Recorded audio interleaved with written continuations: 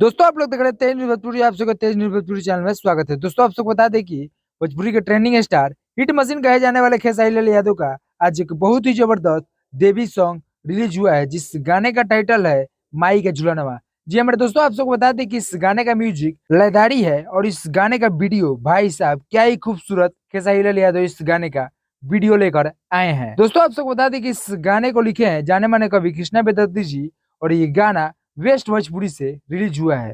दोस्तों आप सबको बता दें कि काफी जबरदस्त और बेहतरीन ये गाना है। दोस्तों नवरात्रि चालू होते ही खेसारी लाल यादव गाने के माध्यम से गर्दा उड़ा रहे हैं। पूरा जिधर सुनो उधर खेसारी मय हो गया है। लेकिन दोस्तों हम लोग वेट कर रहे हैं पावर स्टार पवन सिंह के देवी गाने का, क्योंकि राइज एंड फॉल से कब के निकल चुके हैं और अभी तक उनका एक भी गाना नहीं आया है। तो कहीं ना कहीं पवन सिंह का फैंस भी नाराज है। लेकिन दोस्तों सूत्रों के मुताबिक पता चला है कि पावर स्टार पवन सिंह बहुत ही बड़ा गाना लेकर आ रहे हैं इस बार नवरात्रि में। बाकी आप सब खेसारी लाल यादव के गाने को सुनकर झूमिए, काफी जबरदस्त और प्यारा सॉन्ग है। तो चलिए आप सबसे विदा लेते हैं, मिलते हैं नेक्स्ट वीडियो में। तब तक लिए जय हिंद, जय भोजपुरी।